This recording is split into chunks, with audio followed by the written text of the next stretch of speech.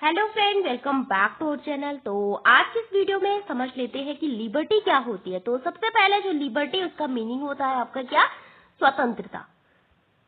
एक दूसरा शब्द आता है आपका फ्रीडम। फ्रीडम का मतलब भी हिंदी में आपका क्या होता है? स्वतंत्रता।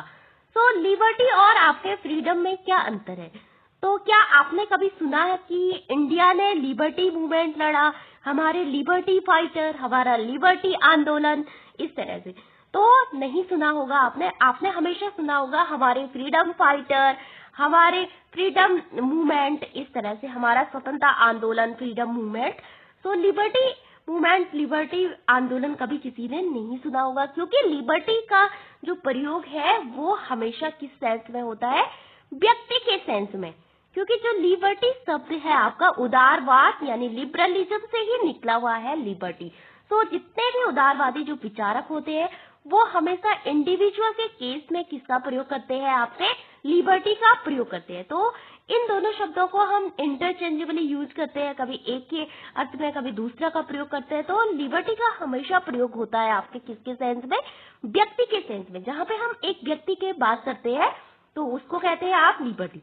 दूसरी तरफ आता है फ्रीडम, जिसको कहते हैं हम कई बार बोलते हैं इंडिया का फ्रीडम स्ट्रगल, इंडिया के फ्रीडम फाइटर। तो जब हम फ्रीडम की बात करते हैं तो हम कॉमन सेंस में इसका प्रयोग करते हैं, यानी समुदाय के संबंध में हम हमेशा, समाज के संबंध में हम हमेशा किसकी बात करते हैं? आपके फ्रीडम की। जैसे कार्ल मार्क्स का जो समाजवादी विचार थी कि बोलता है कि सोसाइटी की पूरी फ्रीडम। कार्ल मार्क्स ने कभी नहीं कहा कि इंडिविजुअल की फ्रीडम, वो हमेशा पूरे समाज की बात करते थे, पूरे जितने भी लोग हैं, पूरे श्रमिकों की बात करते थे। तो इन दो शब्दों में यही अंतर है। लिबर्टी व्यक्ति के सेंस में आपकी प्रयोग होती है और स्वतंत्रता जो फ्रीडम है आपका, हिंदी में तो दोनों का मतलब एक ही होता है और हम इनका इंटरचेंजेबली यूज करते हैं। फ्रीडम का मतलब होता है आपका जब आप बहुत बड़ी यूनिट की बात करते हैं, एक बहुत बड़े समाज की बात करते हैं और समुदाय की बात करते हैं, बहुत सारे लोगों की बात करते हैं, आप हमेशा किसका प्रयोग करेंगे? फ्रीडम का।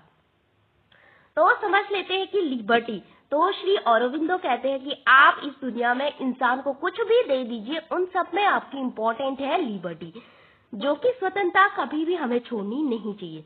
स्वतंत्रता जो है, हम सब कहीं ना कहीं अपने जीवन में सभी स्वतंत्र रहना चाहते हैं। कोई नहीं चाहता है कि कोई उसके कार्य में उंगली करे, कोई हस्तक्षेप करे। जब कोई उंगली करता है हमें बड़ा बुरा लगता है, चाहे हमारे माता पिता हो, चाहे पति पत्नी के बीच स्वतंत्रता हो। अगर घर पे आपके मम्मी पापा ने आपसे बोल दिया ये मत करो, वो मत करो, ऐसा करो, वैसा करो, आप बोलते हैं मैं तो इतना बड़ा हो गया, मैं अपनी मर्जी का मालिक हूँ, कैसे ऐसे बोल दिया। इस तरह से हमारा वो होता है कि ऐसे कैसे बोल दिया, हमारा जो ईगो होता है काफी हर्ट होता है वहां पे। तो कहाँ तक आपको स्वतंत्रता प्रोवाइड की जानी चाहिए, कहाँ तक आपको आपकी जो लिबर्टी है उसको एंजॉय करने का अधिकार दिया जाना चाहिए। अगर आपने किसी सड़क चलते व्यक्ति का मर्डर कर दिया, उसका गला घोंट दिया, क्या आपको यहाँ पे स्वतंत्रता दी जानी चाहिए? यस कि नो? नहीं। दूसरी बात करते हैं कि लिबर्टी, हमने देखा कि स्वतंत्रता क्या है?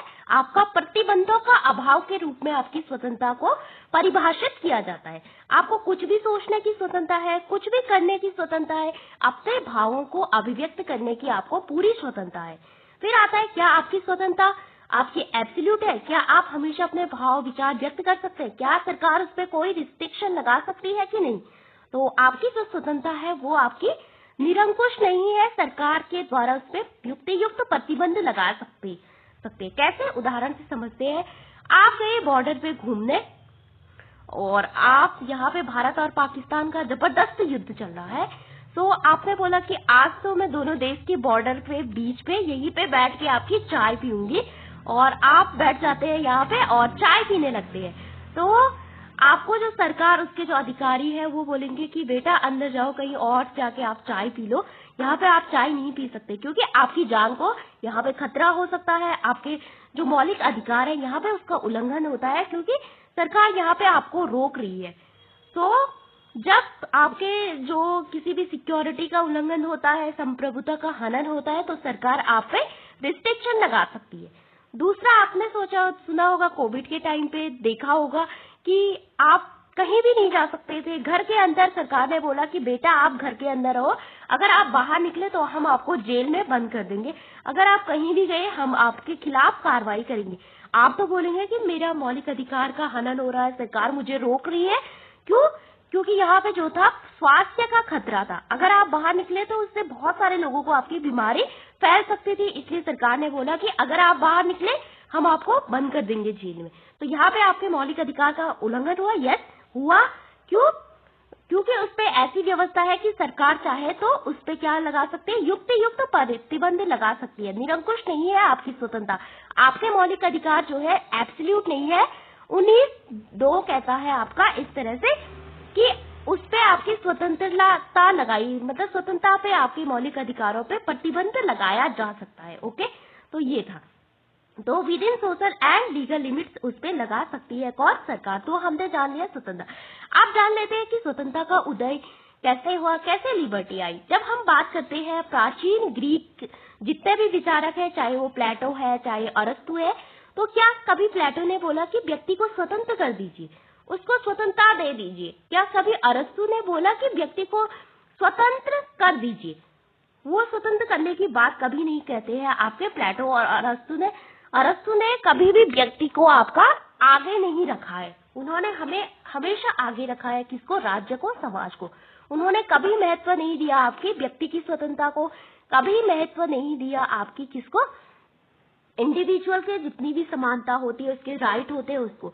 प्लेटो हम सभी जानते हैं कि हमेशा एक दार्शनिक राजा बनाना चाहता था, इसलिए प्लेटो को अधिनायकवादी शासक के रूप में भी हम जानते हैं। और प्लेटो ने बोला कि पूरे राज्य का जो कंट्रोल है आपका एक व्यक्ति के हाथों में होना चाहिए। उसी तरह अरस्तु भी चाहते थे कि कानून के द्वारा शासित एक राजा हो, इस तरह से लीडर वो होना चाहिए जो रिप्रेजेंट करे।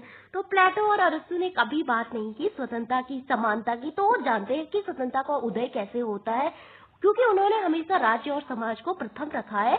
तो प्राचीन ग्रीक में आपका ये कॉन्सेप्ट था। मध्यकाल आता है जहाँ पे पूरी तरह धर्मतंत्र था, राजा को देवता का रूप माना जाता था कि देवीय शक्ति का जो सिद्धांत था वही लागू होता था। धर्मतंत्र था, वहाँ पे प्रजा को अपने विचार भाव किसी भी तरह की कोई स्वतंत्रता नहीं थी। आप राज्य के खिलाफ राजा पे कभी प्रश्न नहीं कर सकते थे, कभी कोई तर्क नहीं कर सकते थे, केवल आपको विश्वास करना होता था। और धर्म में प्रश्न पूछने की कोई स्वतंत्रता नहीं होती, केवल विश्वास होता है, ये माना जाता था। कहाँ पे? डार्क एज, मध्यकाल। कब से कब तक चला आपका? 15 to 14 सेंचुरी। आफ्टर 15 सेंचुरी यानी 15वीं शताब्दी के बाद आपका पुनर्जागरण आया। उसके बाद बहुत सारे विचारक आए, मॉन्टेस्क्यू हो गया, लॉक हो गए, बहुत रूसो हो गए, माइकल एंजेलो हो गए, मैकियावेली हो गया। उन्होंने सब ने बात की किसकी? राज्य के खिलाफ व्यक्ति की स्वतंत्रता की। तो वो सारे राज्य के खिलाफ थे। उन्होंने बोला कि राज्य ने व्यक्ति का बहुत शोषण कर दिया है, अब व्यक्ति को तर्क करना होगा और अपने तर्क के द्वारा अपने प्रश्नों से आगे बढ़ना होगा और एक नया रास्ता खोजना होगा स्वयं के लिए, जहाँ पे कोई उसकी स्वतंत्रता पे अंकुश न लगाए।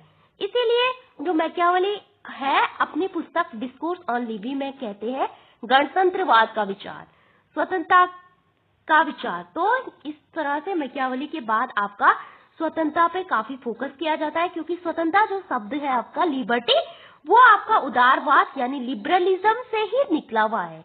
तो जॉन लॉक जो कि स्वतंत्रता से काफी बात करते हैं, व्यक्ति की स्वतंत्रता होनी चाहिए, न्यूनतम राज्य की बात करते हैं कि राज्य ने बहुत दबा दिया लोगों को, बहुत अंकुश लगा दिया, अब राज्य को व्यक्ति के पीछे आपका खड़ा होना चाहिए। और वो बोलता है पहले व्यक्ति आएगा, उसके बाद आपका समाज आएगा। ओके, तो ये था आपका लिबर्टी के बारे में कि लिबर्टी का प्रयोग हमेशा व्यक्ति के सेंस में होता है और फ्रीडम का प्रयोग किसके सेंस में होता है? आपका समाज, पूरे समाज की बात करते हैं, एक बड़ी यूनिट की बात करते हैं, तो वहां पे फ्रीडम का प्रयोग किया जाता है। अब हमने देखा कि लिबर्टी सरकार आपको रोक सकती है या नहीं, इसके बारे में भी हमने समझा। और प्राचीन काल में अरस्तु प्लेटो ने कोई नहीं बोला कि स्वतंत्रता होनी चाहिए, व्यक्ति को स्वतंत्र कर दो, उसको सारे अधिकार आपका प्रोवाइड कर दो, ये भी नहीं बोला। और तीसरा आता है मध्यकाल में क्या कॉन्सेप्ट था? कोई भी स्वतंत्रता नहीं थी। आफ्टर जब लिबरलिज्म आया उसके बाद आपकी स्वतंत्रता आई इस तरह से। अब देखते हैं आपकी दो प्रकार की आपकी स्वतंत्रता। तो ईसाई बर्लिन ने आपकी 2 टाइप्स ऑफ लिबर्टी बताई अपनी बुक 2 कॉन्सेप्ट ऑफ लिबर्टी। बाद में उन्होंने इसी को रिवाइज किया 4 एसे ऑफ लिबर्टी। तो किसने डिफरेंशिएट किया आपके 2 types of liberty, positive and negative liberty? वो था ईसाई बर्लिन। जॉन लॉक ने कभी नहीं बोला कि मेरा जो विचार है वो आपका निगेटिव लिबर्टी का है। जेएस मिल ने कभी नहीं बोला कि मैं निगेटिव लिबर्टी से बिलोंग करता हूँ। उन्होंने सिंपली अपने थॉट दिए और बाद में विचारकों ने उसको क्या किया, अपने अलग अलग कैटेगरी में आपका रखा। तो बात करते हैं नकारात्मक स्वतंत्रता की। तो सबसे पहले बात करते हैं, तो जैसे ही हम नकारात्मक स्वतंत्रता की बात करते हैं वैसे ही हमारे दिमाग में आना चाहिए आपका परंपरागत उदारवाद या आपका जो शास्त्रीय उदारवाद है उसका, क्योंकि वो राज्य से परेशान हो चुके थे मध्यकाल में आपका प्लेटो के समय, और वो राज्य से इतना चिढ़ चुके थे, उन्होंने बोला कि राज्य के केवल 3 काम है। वो है व्यक्ति की सुरक्षा करना, उसके जीवन संपत्ति और उसकी सुरक्षा करना, लाइफ की सुरक्षा करना, और कुछ काम नहीं है आपके राज्य की। तो यहाँ पे जब हम निगेटिव लिबर्टी की बात आती है तो हमारे दिमाग में आना चाहिए जॉन लॉक। शास्त्रीय उदारवादी जितने भी विचारक हैं वो हमेशा बात करते हैं किसकी, निगेटिव लिबर्टी की।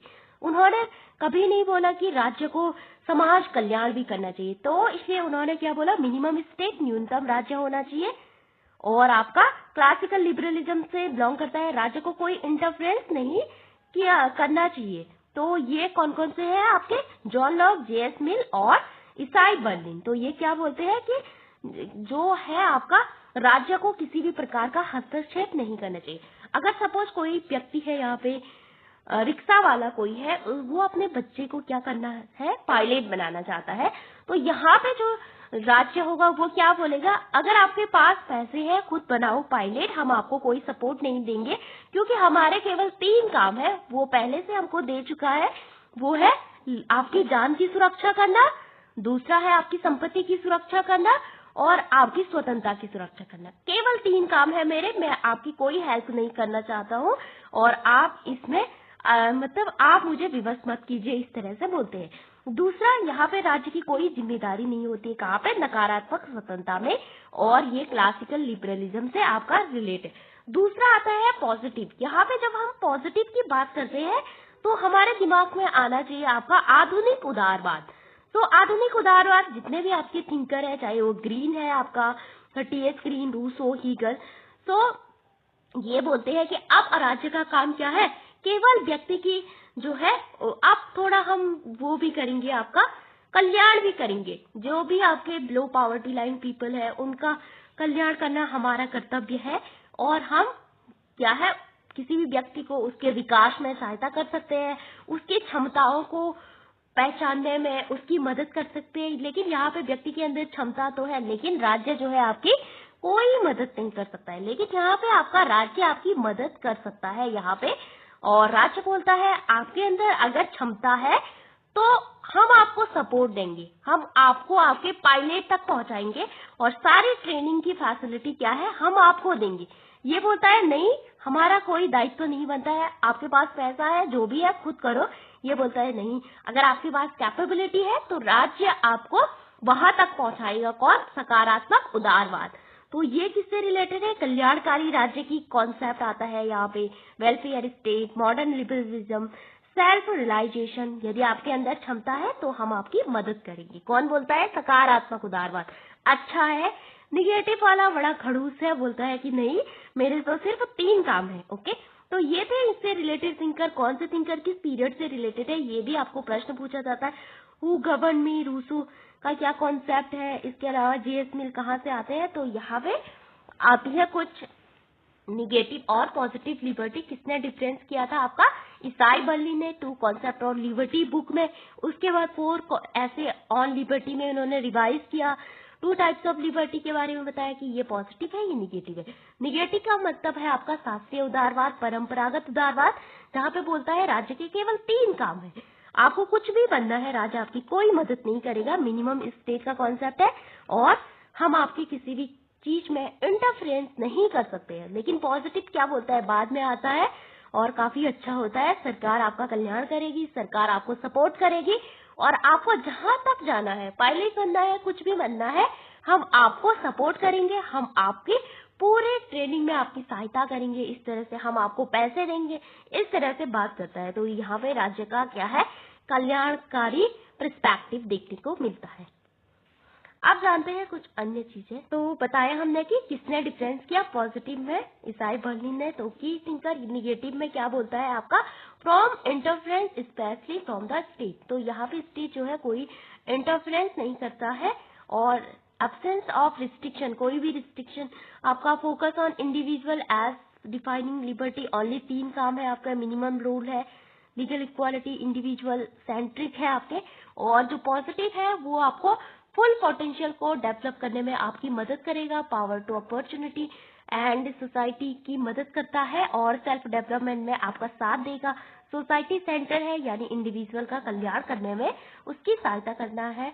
तो ये कुछ इंपॉर्टेंट यहाँ पे कुछ कोटेशन आता है, जैसे जॉन लॉ का, where there is no law there is no freedom. जहाँ कोई कानून नहीं है वहाँ कोई स्वतंत्रता नहीं है। ये बहुत बार पूछा गया है आपका, काफी इंपॉर्टेंट है। दूसरा आता है JS mill, that government is best which govern least. वो सरकार अच्छी है जो सबसे कम शासन करती है। ये दोनों काफी इंपॉर्टेंट है, इसको देख लेना। एक बोलता है कि जहाँ कोई कानून नहीं वहाँ स्वतंत्रता नहीं, दूसरा बोलता है that government is best which govern least, जो सरकार सबसे कम शासन करती है वो सबसे अच्छी सरकार है। ईसाई बर्लिन भी आपके किससे बिलोंग करते हैं, negative. And Rousseau general will का कॉन्सेप्ट हमने पढ़ा होगा, टीएस ग्रीन लास्ट की का सबसे इम्पोर्टेंट है, ये उसकी बात करता है।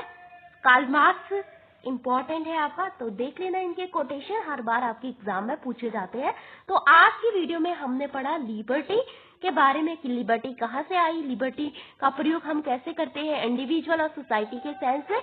अगली बार हम लिबर्टी से करेंगे कुछ क्वेश्चन सॉल्व, और एक पीपीटी के जरिए हम सब कुछ समझेंगे अगली वीडियो में। तो ये एक इंट्रोडक्शन लेक्चर था। तो thank you for watching this video.